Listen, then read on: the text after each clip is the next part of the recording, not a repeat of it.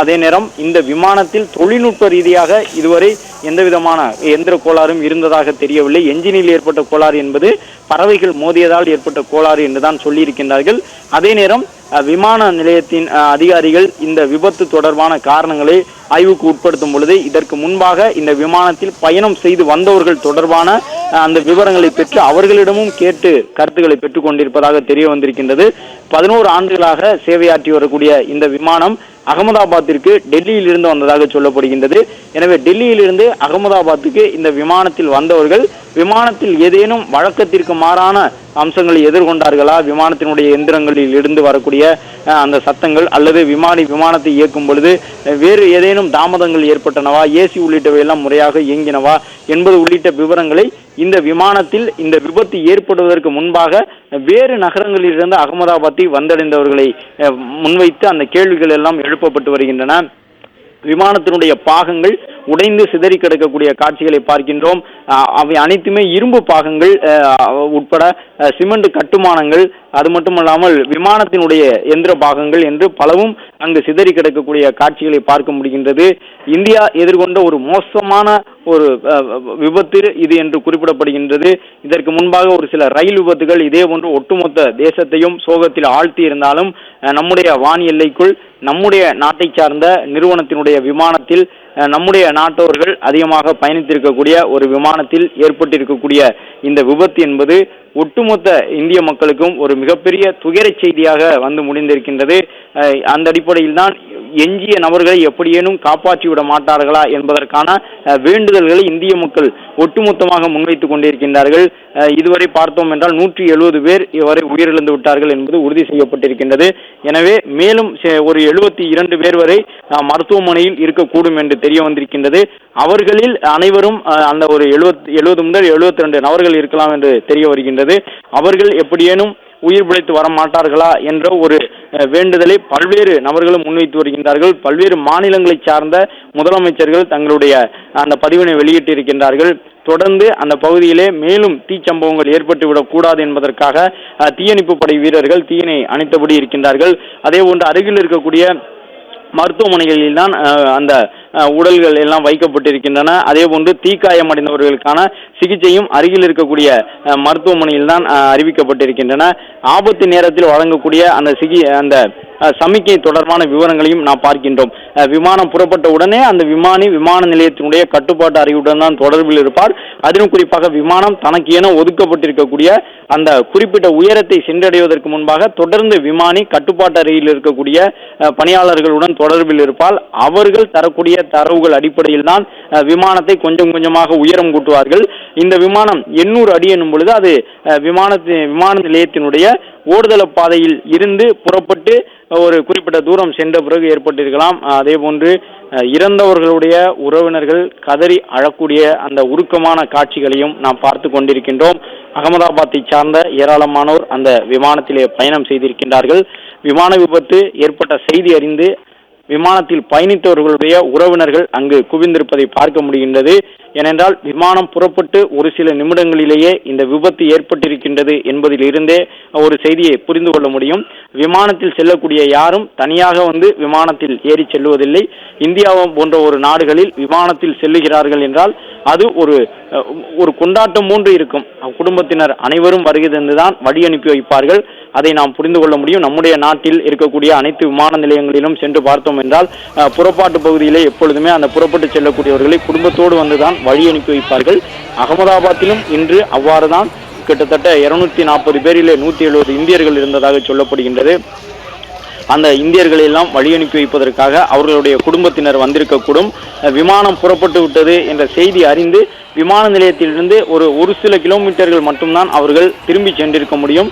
உடனடியாக தங்களுடைய உறவினர்கள் பயணித்த விமானம் விபத்தில் சிக்கி இருக்கின்றது என்ற செய்தி அவர்களுக்கு கிடைத்தவுடன் பதறி துடித்தபடி விமான நிலையத்தை வந்தடைந்திருப்பார்கள் என்பதையும் புரிந்து கொள்ள முடிகின்றது. அந்த அடிப்படையில் தான் அவர்கள் அது அழுது அங்கு இருக்கக்கூடிய அதிகாரிகளிடம் ஒரு சில தகவல்களை எல்லாம் கேட்டுக்கொண்டிருக்கக்கூடிய காட்சிகளை பார்க்கின்றோம். வழி அனுப்பி வைத்தவர்கள் திரும்பி செல்ல முற்படும் பொழுதே இந்த விபத்து நடந்து முடிந்திருக்கின்றது.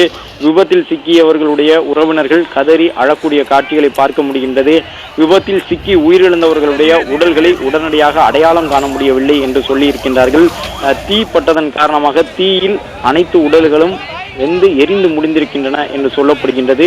எனவே உடனடியாக யாருடைய உடலையும் ஒப்படைக்க முடியாத ஒரு சூழல் இருக்கின்றது.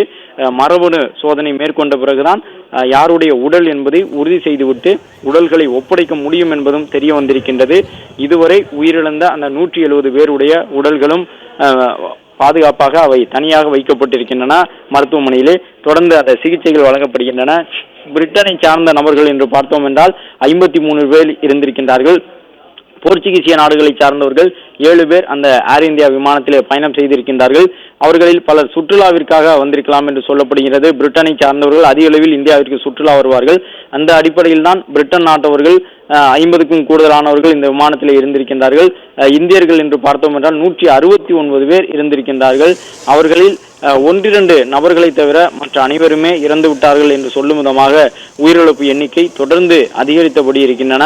குஜராத் மாநில அரசு மட்டுமல்லாமல் அருகில் இருக்கக்கூடிய பல்வேறு மாநிலங்களை சார்ந்த பேரிடர் மீட்பு குழுவினரும் இந்த பணியில் ஈடுபடுத்தப்பட்டிருக்கின்றார்கள். எல்லை கட்டுப்பாட்டு கோட்டு அருகே இருக்கக்கூடிய நகரம் என்பதன் காரணமாக உடனடியாக எல்லைப் பகுதியில் பாதுகாப்பு பணியில் இருக்கக்கூடிய பாதுகாப்பு படை வீரர்களுக்கான பேரிடர் குழு அதிகாரிகளும் அந்த பகுதிக்கு விரைந்து சென்றிருக்கின்றார்கள். விமான விபத்து ஏற்பட்ட பகுதி கட்டுமான பகுதி என்பதன் காரணமாக தொடக்கத்தில் நாம் பார்த்தோம் கோல்ஃப் விளையாட்டு மைதானம் அருகே இந்த விமானம் கீழே விழுந்ததாக தெரிய வந்தது. அடுத்தடுத்த அந்த செய்திகளை நாம் பெறும் பொழுதுதான் அது ஏதோ ஒரு திறந்த வெளியிலே விழுந்து விடவில்லை, கட்டுமான பகுதியின் மீது விழுந்திருக்கின்றது என்பதை உறுதி செய்ய முடிந்தது. அடுத்த சில நிமிடங்களில் ஒரு மருத்துவமனைக்கு சொந்தமான இடத்தில் விழுந்ததாக தகவல் கிடைத்தது. மேலும் அது பற்றி நாம் தகவல்களை பெறும் பொழுது அது மருத்துவமனை கல்லூரியினுடைய ஒரு விடுதி கட்டடத்தின் மீது விழுந்திருக்கின்றது என்று தெரிய வந்தது. அந்த விமானம் விழுந்த நேரத்தை வைத்து பார்க்கும் பொழுது அது மதிய உணவு இடைவேளை, அனைத்து கல்வி நிறுவனங்களிலும் மதிய உணவு வழங்கக்கூடிய இடைவேளை நேரம் என்பதன் காரணமாக அந்த கட்டுமான பகுதியிலே உணவருந்தும் கூடம் இருந்ததால் யாரேனும் உணவருந்தி இருப்பார்களோ என்ற ஒரு அச்சம் இருந்தது. அதன் பிறகு அடுத்தடுத்து வரக்கூடிய செய்திகளில் தான் கிட்டத்தட்ட 60 மருத்துவ மாணவர்கள், மருத்துவ பேராசிரியர்கள், மருத்துவர்கள் அமர்ந்து உணவருந்தி கொண்டிருந்த ஒரு கட்டுமானத்தின் மீதுதான் இந்த விமானம் மோதி விழுந்து வெடித்து சிதறி தீப்புழம்பாக மாறி அந்த கட்டுமான பகுதியையும் பற்றி எரிய செய்திருக்கின்றது என்பது தெரிய வந்திருக்கின்றது. இந்த சோகமான சமயத்திலே அந்த உணவருந்தும் கூடத்திலே உணவு அருந்தியவர்கள் தட்டுகளை அப்படியே வைத்துவிட்டு ஓடி சென்றிருக்கக்கூடிய அந்த காட்சிகளை பார்க்கின்றோம். உருக்குலைந்து கிடக்கக்கூடிய கட்டுமான பகுதியை பார்க்கின்றோம். மருத்துவர்கள் அமர்ந்து உணவருந்தி கொண்டிருந்த அந்த இடத்திலே அவர்களுடைய உணவுப் பொருள்கள் எல்லாம் சிதறி கிடக்கின்றன. 5 மாணவர்கள் உயிரிழந்திருக்கின்றார்கள் என்பது அதிகாரப்பூர்வமாக தெரிய வந்திருக்கின்றது. மேலும் ஏதேனும் மாணவர்கள் இறந்திருக்கின்றார்களா என்பதையும் தொடர்ந்து அது தொடர்பான விவரங்களை பெற்று வருகின்றோம். விமான விபத்திலே மொத்தமாக இதுவரை 170 பேர் உயிரிழந்திருக்கின்றார்கள். விஜய் ரூபானி அந்த மாநிலத்தினுடைய, அதாவது குஜராத்தினுடைய முன்னாள் முதலமைச்சர், பாரதிய ஜனதா கட்சியினுடைய மிக முக்கியமான ஒரு தலைவர், பிரதமர் நரேந்திர மோடி அவர்களுக்கு பிறகாக குஜராத் மாநிலத்தை 5 ஆண்டுகளுக்கு மேலாக ஆட்சி செய்த ஒரு முதலமைச்சர் விஜய் ரூபானி பாஜகவிற்கு முக்கியத்துவம் வாய்ந்த ஒரு தலைவர்களில் ஒருவர். பாஜகவின் தேசிய பொறுப்புகளில் எல்லாம் இருந்திருக்கின்றார்.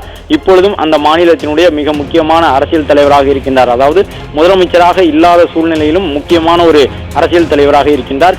எனவே அவருடைய நிலை என்ன என்பதும் ஒரு முக்கியமான கேள்வியாக இருக்கின்றன. அதே நேரம் அவர் அந்த விமானத்தில் இருந்ததற்கான அந்த ஆதாரங்களும் வெளியாகி இருக்கின்றன. அவர் விமானத்தில் தான் பயணம் செய்தார் என்பது ஏறக்குறைய உறுதி செய்யப்பட்டிருக்கின்றது. விமானத்தினுடைய இருக்கையில் விஜய் ரூபானி அமர்ந்திருப்பதை போன்ற அந்த புகைப்படங்கள் எல்லாம் வெளியாகி இருக்கின்றன. பயணிகளுடைய பெயர் பட்டியலிலே விஜய் ரூபானி அவர்களுடைய பெயரும் இடம்பெற்றிருக்கின்றது. எனவே அவரும் இந்த விபத்தில் சிக்கி இருக்கின்றார் என்பது உறுதி செய்யப்பட்டிருக்கக்கூடிய நிலையில் அவருடைய நிலைமை என்னவாகிவிட்டது என்பதற்கான தகவல் அதிகாரப்பூர்வமாக இன்னும் சற்று நேரத்தில் வெளியாக இருக்கின்றது. அதே போன்று இந்த விமான விபத்தில் சிக்கியவர்களுடைய உறவினர்கள் அந்த பகுதியில் இருக்கக்கூடியதை பார்க்க முடிகின்றது. அகமதாபாத் அந்த காட்சிகளை பெறும் பொழுது அங்கு இருக்கக்கூடிய நிலவரம் தொடர்ந்து ஒரு அழுகுரல் சத்தத்தோடையே இருக்கக்கூடிய சூழலில் அங்கு ஏற்பட்ட அந்த தீயின் காரணமாக கரும்புகை எழுந்து அந்த பகுதி முழுவதுமாக அந்த புகையினுடைய நெடி இப்போது வரை குறையவில்லை என்று சொல்லப்படுகின்றது. அந்த விமானம் விழுந்த கட்டுமான பகுதிக்கு அருகில் இருக்கக்கூடிய குடியிருப்புகளை சார்ந்தவர்கள் எல்லாம் அவர்களுடைய வீடுகளை விட்டு வெளியேறி இருக்கின்றார்கள். ஏனென்றால் தொடர்ந்து அந்த புகையினுடைய நெடி அந்த பகுதியில் இருக்கின்றது. அந்த அளவு இந்த விமானம் கீழே விழுந்த பிறகு தொடர்ந்து நீண்ட நேரம் அந்த விமானத்தினுடைய தீப்புழம்புகள் எரிந்து முடித்திருக்கின்றன. விமானம் புறப்பட்ட இடம், அது வெடித்து சிதறியிருந்த இடம் உள்ளிட்டவற்றை எல்லாம் நாம் திரையிலே பார்க்கின்றோம்.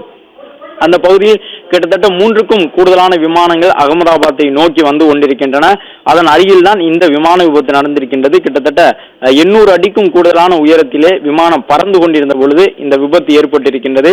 விமானம் புறப்பட்ட சில நிமிடங்களிலே விபத்து ஏற்பட்டிருக்கின்றது. போயிங் 787 ட்ரீம் லைனர் விமானம் விபத்தில் சிக்குவது இதுவே முதல் முறை என்று சொல்லப்படுகின்றது. ஏர் இந்தியாவிற்கு சொந்தமான இந்த விமானம் 11 ஆண்டுகளாக சேவையில் இருந்து வந்ததாக சொல்லப்பட்டிருக்கின்றது. இந்த விமானத்தில் இதற்கு முன்பாக டெல்லியிலிருந்து அகமதாபாத்துக்கு பயணம் செய்து வந்தவர்களிடமும் இந்த விமானத்தில் அவர்கள் வரும்பொழுது ஏதேனும் இயல்புக்கு மாறான நடைமுறைகள் அந்த விமானத்தில் இருந்தனவா, ஏசிகள் பழுதுபடுவது, எந்திரங்களில் ஏதாவது வேறுபாடான சத்தங்களை பயணிகள் உணர்ந்தார்களா என்பது உள்ளிட்ட கேள்விகள் எல்லாம் கேட்கப்படுகின்றன.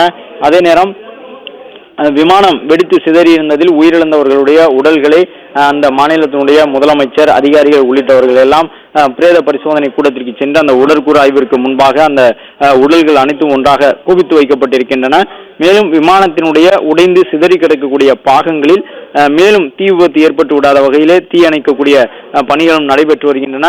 அகமதாபாத் விமான விபத்தில் தற்போது வரை 170 பேர் உயிரிழந்திருக்கின்றார்கள் என்பது உறுதி செய்யப்பட்டிருக்கின்றது. அது மட்டுமல்லாமல் இந்த அகமதாபாத் விமான நிலையம் என்பது இதற்கு முன்பாகவும் இதே போன்ற விமானத்தின் மீது பறவைகள் மோதக்கூடிய ஒரு சில சிறிய அளவிலான விபத்துகளை சந்தித்திருக்கக்கூடிய ஒரு விமான நிலையம் என்று சொல்லப்படுகின்றது. ஆனால் இதுவரை இல்லாத அளவிற்கு ஒரு மிகப்பெரிய விபத்தை இந்த முறை சந்தித்திருக்கின்றார்கள். இந்த விமான விபத்து என்பது விமானம் புறப்பட்டு அடுத்த ஒரு 5 நிமிடத்திலேயே நடந்து முடிந்திருக்கின்றது. இந்தியா இதுவரை சந்தித்த விமான விபத்துகளில் ஒரு பேரழிவு என்று சொல்லும் விதமாகத்தான் இந்த விமான விபத்து ஏற்பட்டிருக்கின்றது. விமானம் புறப்பட்டு ஒரு 5 நிமிடங்களிலே இதுபோன்ற விபத்து ஏற்பட்ட சூழ்நிலையில் தான் அனைத்து உடல்களும், அதாவது இறந்தோருடைய உடல்கள் அனைத்தும் அகமதாபாத்தில் இருக்கக்கூடிய மருத்துவமனையிலேயே வைக்கப்பட்டிருக்கின்றன. தொடர்ந்து அந்த பகுதியில் இருக்கக்கூடிய பொதுமக்கள் தங்களை மீட்பு பணியில ஈடுபட்டிருந்த நிலையில் அனைத்து இடங்களிலும் சிதறி கிடந்த விமான பாகங்களிலிருந்து மேலும் ஏதேனும் தீ விபத்து சம்பவங்கள் ஏற்பட்டுவிடக் கூடாது என்பதற்காக அனைத்திலும் தண்ணீர் பீச்சி அடிக்கப்பட்டு அந்த தீ சம்பவம் முழுவதுமாக கட்டுக்குள் கொண்டு வரப்பட்டிருக்கின்றது. விமானி என்ன தகவலை விமானத்தினுடைய கட்டுப்பாட்டு அறைக்கு கடத்துவதற்கு முற்பட்டிருந்தார் என்ற அந்த கடைசி நேர அவருடைய உரையாடல் பதிவுகளும் மீட்கப்பட்டு வருகின்றன. எனவே விமானத்தினுடைய விபத்துக்கு முழுவதும் இந்த பறவை மோதியது மட்டும்தான் காரணமா அல்லது வேறு ஏதேனும் காரணங்கள் இருக்கின்றனவா என்ற விவரங்கள் பெறப்பட்டு வருகின்றன. அகமதாபாத் விமான நிலையத்திலே விமான சேவை தற்காலிகமாக நிறுத்தி வைக்கப்பட்டிருந்தது. இதுபோன்ற ஒரு விமான விபத்து பெரிய அளவில் நடந்திருக்கக்கூடிய சூழ்நிலையில் அகமதாபாத் விமான நிலையத்திலிருந்து பல்வேறு நகரங்களுக்கும் செல்லக்கூடிய அந்த விமானங்களுடைய சேவைகள் நிறுத்தி வைக்கப்பட்டு அந்த நேரங்கள் எல்லாம் மாற்றி அமைக்கப்பட்டிருந்தன. இன்று மாலைக்கு பிறகாக விமான நிலையத்தின் தரப்பிலிருந்து அதிகாரப்பூர்வமாக அறிவிப்பு வெளியிடப்பட்ட பிறகு விமானங்களுடைய சேவை தொடங்கும் என்று சொல்லப்பட்டிருக்கின்றார்கள். இந்த நிலையில்தான் இந்த விமான விபத்து ஏர் இந்தியா நிறுவனம் என்பது டாடா நிறுவனத்திற்கு சொந்தமான, டாடாவால் பராமரிக்கப்படக்கூடிய ஒரு விமான நிறுவனம். அந்த டாடா குழுமத்தினுடைய அதிகாரப்பூர்வ வலைதள பக்கங்களிலும் இந்த விமான விபத்துக்கு தங்களுடைய வருத்தங்களை எல்லாம் பதிவு செய்திருக்கின்றார்கள். அதே நேரம் தொழில்நுட்ப கோளாறு இதற்கு காரணமாக இருப்பதாக இதுவரை தெரிய வரவில்லை. கிட்டத்தட்ட அந்த விமானத்திலே 58,000 லிட்டர் வெள்ளை பெட்ரோல் இருந்ததால் வெடித்ததாக தகவல் கிடைத்திருக்கின்றது. ஏனென்றால் இந்த விமானங்களில் நிரப்புவதற்கான இந்த வெள்ளை பெட்ரோல் என்பது 58,000 லிட்டர் அளவு அதில் இருந்திருக்கின்றது. விமானத்தினுடைய விபத்துக்கும் அது தீப்பற்றி உடனடியாக எரிவதற்கும் அதுவும் ஒரு காரணம் என்று சொல்லப்படுகின்றது. ஏற்கனவே நாம் குறிப்பிட்ட வகையிலே விமானத்தினுடைய எடை அளவு எவ்வளவு குறைவாக இருக்கின்றனவோ அவ்வளவு தூரம் விபத்திலிருந்து தப்பிப்பதற்கான வாய்ப்பு இருக்கும். திருச்சியில் விமானம் தொடர்ந்து கிட்டத்தட்ட 2.5 மணி நேரம் இதே போன்ற ஒரு தருணத்தில் சுற்றி கொண்டே இருந்த பொழுது கூட நாம் அதை பதிவு செய்யும் பொழுது அதைத்தான் சொன்னோம். விமானத்தினுடைய எரிபொருள் அளவை குறைப்பதற்காக விமானிகள் வானத்திலே தொடர்ந்து வட்டமிட்டு கொண்டிருக்கின்றார்கள். தரை இருக்கும் பொழுது விமானத்தினுடைய எரிபொருள் அளவு அதிகமாக இருந்தால் அது பல சிக்கல்களை ஏற்படுத்தக்கூடும், மேலும் மேலும் சவாலாகிவிடும் விமானத்தை தரை இறக்குவது. எனவேதான் விமானிகள், நன்கு அனுபவம் கொண்ட விமானிகள் அனைவருமே இது போன்ற அசம்பாவிதங்கள் ஏற்படக்கூடிய சூழ்நிலையில் விமானத்தை வானில் வட்டமடிக்க செய்வார்கள். தொடர்ந்து வான்பரப்பிலே வட்டமடித்து அந்த விமானத்தினுடைய எரிபொருள் அளவை குறைத்த பிறகுதான்